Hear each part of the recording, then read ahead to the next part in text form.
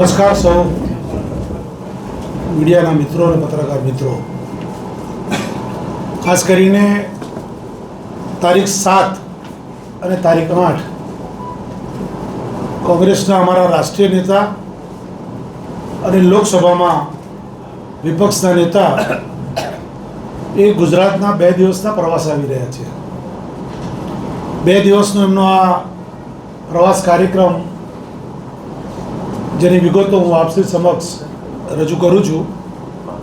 ખાસ કરીને રાહુલજીએ લોકસભા ગૃહમાં પોતાની ચર્ચા દરમિયાન ક્લિયર મેસેજ આપ્યો હતો કે આવનારી ગુજરાત વિધાનસભાની ચૂંટણીમાં ગુજરાતમાં કોંગ્રેસ की सरकार बनेगी. ये टास्क ने आधीन राहुलजी गुजरातना 2 દિવસના પ્રવાસે છે. સન્માન્ય રાહુલજી સવારે 9:30 કલાકે એ અમદાવાદ એરપોર્ટ ખાતે આવશે. 10 વાગે ગુજરાત પ્રદેશ કોંગ્રેસ સમિતિના પૂર્વ પ્રદેશ પ્રમુખશ્રીઓ અને ગુજરાત વિધાનસભાના પૂર્વ નેતાશ્રીઓ સાથે રાહુલજી એમની સાથે મીટિંગ કરશે. ત્યારબાદ 10:30 કલાકે રાહુલજી પોલિટિકલ એફેર્સ જે કમિટી બનાવી છે, જે એફેર્સ કમિટીની અંદર પોલિટિકલ એફેર્સ કમિટીમાં ગુજરાતના તમામ સિનિયર લીડર્સશ્રીઓ જે આ કમિટીના સભ્ય છે, એ સિવાય ફ્રન્ટલ અને સેલ ડિપાર્ટમેન્ટના જે ચેરમેનશ્રીઓ છે, એમની સાથે રાહુલજી સંવાદ કરવાના છે. બપોરે 2 કલાકે રાહુલજી ગુજરાતના 44 જિલ્લા અને શહેરો જે મહાનગરપાલિકા છે એના પ્રમુખશ્રીઓ સાથે રાહુલજી સીધો સંવાદ કરવાના છે. અને બપોરે 3 કલાકે સમગ્ર રાજ્યના તમામ તાલુકા કોંગ્રેસના પ્રમુખો અને તમામ નગરપાલિકા શહેરના કોંગ્રેસ પ્રમુખો, જેમની સાથે રાહુલજી સીધો સંવાદ કરવાના છે. આ 4 કાર્યક્રમ એ ગુજરાત પ્રદેશ કોંગ્રેસ સમિતિના આ જ બિલ્ડિંગમાં રાજીવ ગાંધી ભવન ખાતે જ રાહુલજી સવારથી રાત સુધી ગુજરાત પ્રદેશ કોંગ્રેસ સમિતિના રાજીવ ગાંધી ભવન ખાતે રોકાશે. અને આ 4 મીટિંગ એ રાહુલજી અહીંયા કરવાના છે.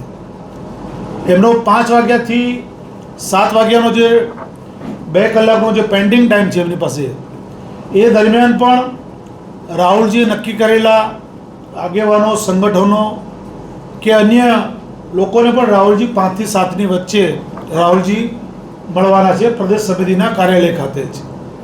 એવી જ રીતે નાયર રોડ રાહુલજીનો અમદાવાદ ખાતે રહેશે. અને 8મી તારીખે સવારે રાહુલજી કોંગ્રેસના કાર્યકરો સાથે એ સીધો સંવાદ કરવાના છે.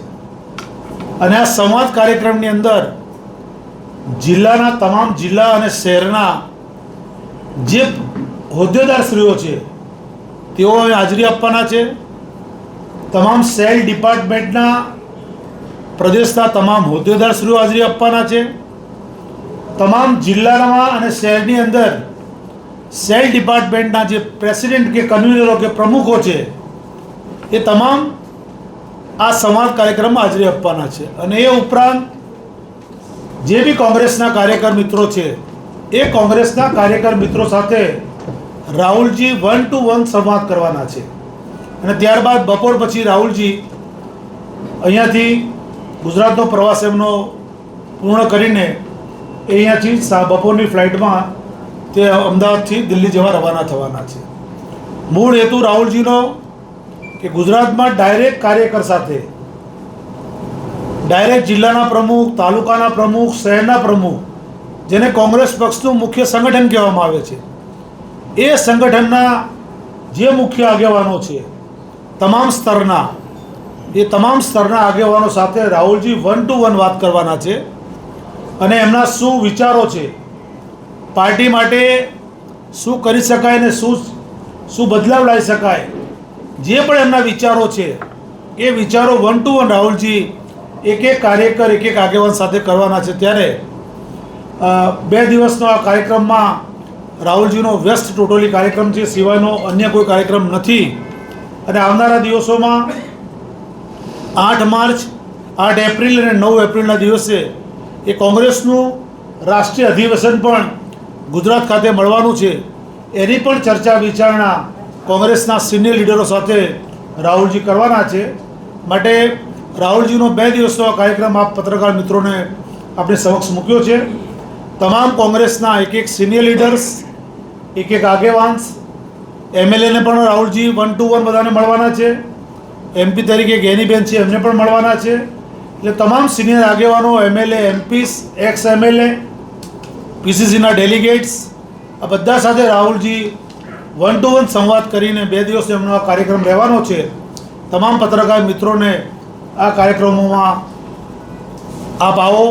ગુજરાત વિધાનસભાના ઉપનેતા અને ગુજરાત પ્રદેશ કોંગ્રેસના સંગઠન પ્રભારી ભાઈ શ્રી શૈલેષ પરમારે હમણાં જ આપણને વિગતવાર રાહુલજીનો જે 2 દિવસનો કાર્યક્રમ છે ગુજરાત ને અમદાવાદ ખાતે કાલ સવારે 9:30થી 7 તારીખ અને 8 તારીખે જે રીતે ગુજરાતના તમામ કાર્યકરો ખૂબ લાંબા સમયથી એમની પ્રતીક્ષામાં હતા કે અમારા રાષ્ટ્રીય આદરણીય નેતા, લોકસભાના કોંગ્રેસ પક્ષના વિપક્ષના નેતા રાહુલજી અમારી વચ્ચે આવે અને અમને એમનું માર્ગદર્શન મળે, એ વાતને લઈને રાહુલ ગાંધીજીએ 2 દિવસનો કાર્યક્રમ બનાવ્યો છે.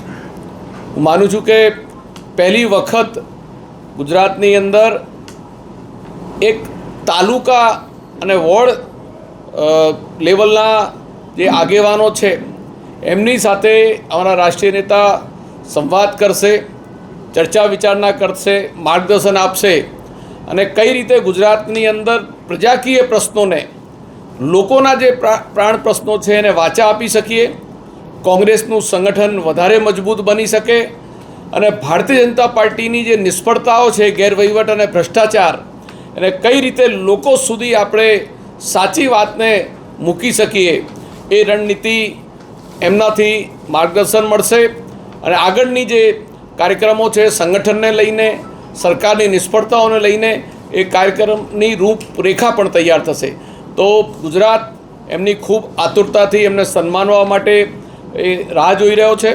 અને આવતીકાલે જ્યારે અહીંયા પધારી રહ્યા છે ત્યારે એરપોર્ટ ઉપર સવારે એમનું અમે ભવ્ય સ્વાગત કરીશું અને સતત 2 દિવસ સુધી એ કોંગ્રેસના તમામ ગુજરાતના તાલુકા અને જિલ્લાના અને પ્રદેશને લઈને તમામ આગેવાનો સાથે ચર્ચા વિચારણા કરીને કોંગ્રેસની અંદર પ્રાણ ફૂંકવાનું કાર્ય કરશે. આપ સૌ અહીંયા પધાર્યા એ બદલ આપનો સૌનો ખૂબ ખૂબ ધન્યવાદ. કાર્યક્રમનો પ્રસારણ પણ કરો એ ગુજરાત પ્રદેશ કોંગ્રેસ સમિતિના પ્રમુખ શ્રી શક્તિસિંહ ગોહિલ દ્વારા આપ સૌને નિમંત્રણ પણ આપું છું. આપ સૌ પધારો એવી વિનંતી છે.